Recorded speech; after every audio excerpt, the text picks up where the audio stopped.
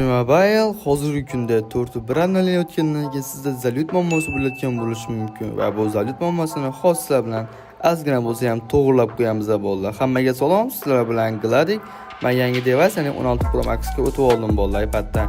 Mana oldingi kanalim sotilib ketdi, chunki ban bo'lgandi. Hozirgi kunda esa yangi kanaldaman.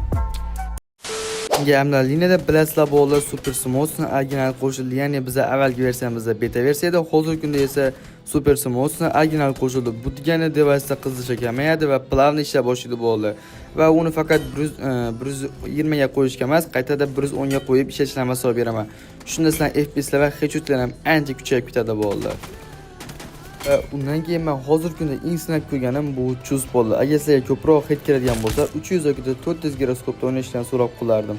Chunki bunda ancha hid berish osonroq hisoblanadi. Ya'ni-da kichkina device'ga ham, katta device'ga ham ancha qulay va mukammal hisoblanadi bolalar. Eng maksimal sizga masal beradiganim 300 bolalar. Va undan keyingisi, oxirgisi bu Optimizm bolalar. Optimizm har xillari bor bolalar. Bu YouTube'da ham topishida bo'ladi. Oddiysi va professionali bor. Professional man Telegram kanalidan topishingiz mumkin va oddiysi YouTube kanalida bor YouTube'da.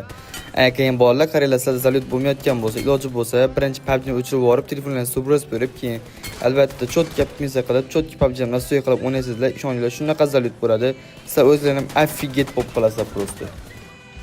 Sizlar bilan Gladik bo'ldi. Hammaga rahmat. Qisqa ma'lumot berdim degan umiddaman bolalar. Bu narsa balkim keyingi sezonda ham ishlar, balkim qilib ko'ringlar bolalar. Bu videoni 2-3 oydan keyin ko'rsangizlar.